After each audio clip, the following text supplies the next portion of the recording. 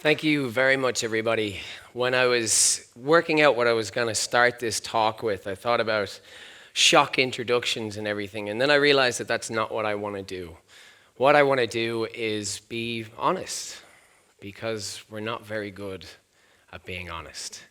As you heard, I lived abroad, and when I moved home, I used to say to people, or people would turn to me and say, "Hey, oh wow, I haven't seen you for ages. How you doing?"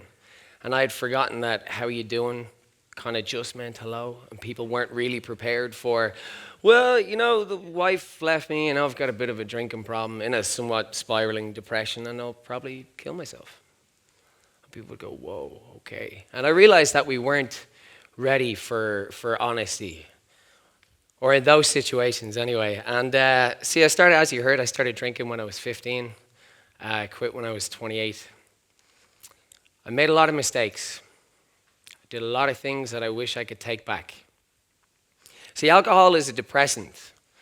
If you told me that 2 years ago, I would have said that you're absolutely crazy. It's the only thing getting me through my day. It was literally the first thing that I did when I woke up in the morning. Before checking my phone, I reached to the end of the bed and I took out a bottle of spirits. It was always a cheap bottle of rum. And I took it out of the pillowcase and I took a swig before I got out of bed in the morning.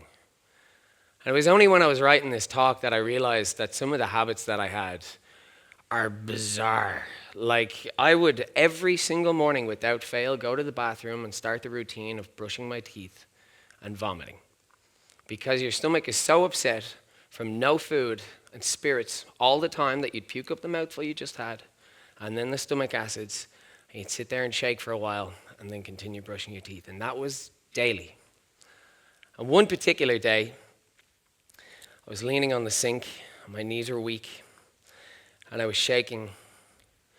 And I thought I was going to fall over, and I looked up and I looked in the mirror and I saw a man who looked like he was about to die. And I looked at myself in the mirror and I said, "This is it, man. You need to get better, or you need to kill yourself, because I can't keep living like this. I can't keep being this miserable." Being miserable is really, really exhausting. And so I decided to get better, but I don't know if you know anything about addiction. People have to wait for this moment of truth, this moment where you can stand up and be honest, and that's why I want to talk about being honest. And my moment came around about 2 weeks later when I was sitting down at the table with my mother, and she went in to make us a cup of tea. And I reached into my bag and I took out a cheap bottle of rum and I took a swig out of it. And I put the cap back on, threw it back in the bag, and she comes back in with the cups of tea and sits down. I say, "Mum, I'm going to start getting better. I'm really serious this time. I'm really going to do it." And she goes, "Oh, the biscuits," and runs in and gets something else. And I take another sip out. Like I said, not being good with honesty.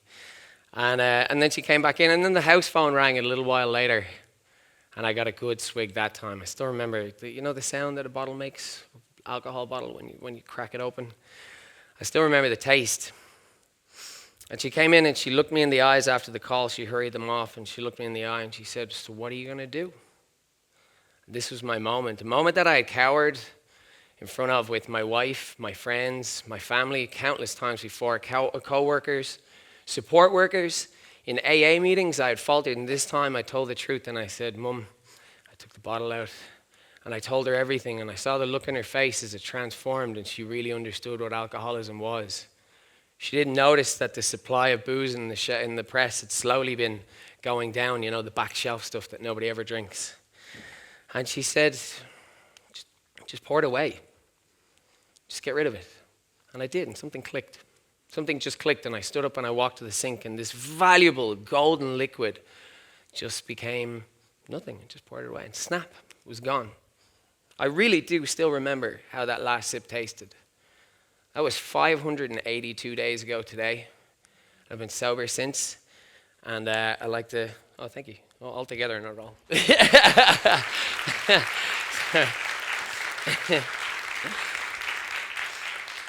And like I said, I decided to get better, but geez, like the guys who go out for Sober October and Dry January, going out to the pub sober is really boring. It's really Really hard work, because firstly, you're surrounded by that thing that you really love, alcohol, that you can't have any of it. You're surrounded by your friends that are enjoying that thing that you really love, alcohol, and slowly as the night goes on, they're getting more and more annoying, and you're getting more and more tired and not drunk. But as it went along, it went to 11 and then 2 and eventually 4 a.m. And there's something magical about 4 a.m. It's when people open up and people start to have these wonderful, honest conversations. You know what I'm talking about? When you're sitting on the couch at the house party, or just that perfect moment in the smoking area afterwards where your mate goes, "Oh man, geez, the job's not going so well," or whatever it is. And those moments, I live for those moments. And I began to love the sesh again. I began to love staying out. And the thing about those chats the thing about those revelations that you have, they're really, really good. All of those fossils that you dig up and you dust off, and you go, "Oh my God, I sorted this out. This is amazing. Yes, you're right, I am going to go to the gym. You're right, I am going to change my job. I am going to tell my girlfriend that I don't like her anymore." Whatever it is that you come to, whatever conclusion it is that you come to. And then you wake up in the morning, and all of that intrepid ambition that you had is just tossed away like drunken madness. You just dismiss those thoughts like, "Oh, they're the thoughts of a crazy person from last night." But they're not crazy. I remember all of your chats.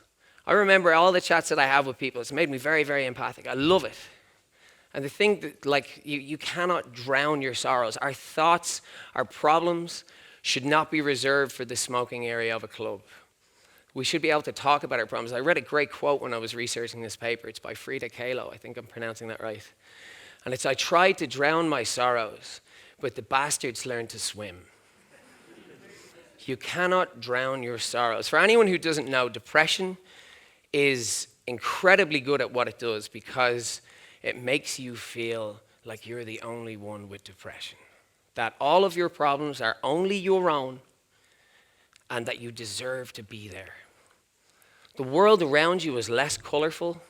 Food doesn't taste as nice. I'm pretty sure I couldn't smell for years. And just all of the saturation in the world goes away. Anxiety, loneliness, it's really, really, really, really horrible. And when you're sitting there alone, I understand why people, when you sit in the bus and you just see people staring at their phones, what else are you going to do? Delve into those dark thoughts? Because as soon as you're thinking about I nearly said a bad word. when you listen to somebody, talking to somebody at work, and they've been an absolute pain all day, or when you're done with your shopping list in your mind, or what you're going to watch when you get home, all those dark thoughts start to creep in. And I'm not saying ignore them, but you can take out your phone and ignore them if you want, but talk about them with friends. Because all it takes is an honest conversation. Because all it took for me was an honest conversation. And sometimes that really is all that you need. And what I'm asking you is to embrace your vulnerabilities. They are what make you you. I want everybody, just for a second, please don't shout this out because it would get weird, to picture or think of the weirdest situation you've ever been in, the weirdest thing that you've ever done. The odds are in this room, somebody's probably done something really, really similar. All of those weird problems that you have, all those worries that you have, you share them with everybody. You're not alone. And if you allow yourself to be honest, and you allow everyone around you to be honest, and we give each other permission to be honest, you can really, really make a difference. And speaking as somebody who stood on the edge, really all you need sometimes is an honest conversation. Thank you very much.